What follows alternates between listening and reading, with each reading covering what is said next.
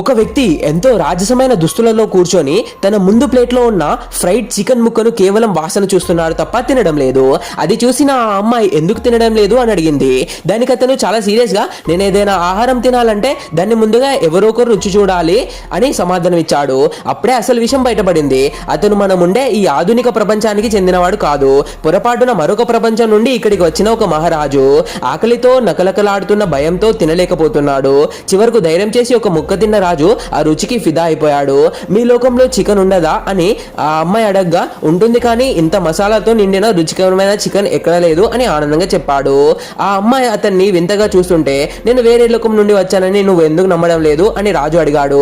దానికి ఆ అమ్మాయి నవ్వుతూ అసలు ఈ భూమి గుండ్రంగా ఉందనే విషయాన్ని నేను ఇంకా నమ్మడం లేదు, ఇంకా నువ్వు వేరే లోకం అంటే ఎలా నమ్ముతాను అని వెటకారంగా అంటుంది.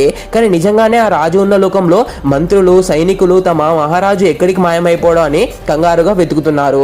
వారెవ్వరికి రాజు ఇక్కడికి వచ్చాడని సంగతి తెలియదు. రాత్రి వేళ రాజు ఒంటరిగా కూర్చొని తన రాజవస్త్రాలను ఉన్న మెరిసే వజ్రపు గుండీలను చూసుకుంటూ తన లోకాన్ని గుర్తు చేసుకుంటూ ఉన్నాడు.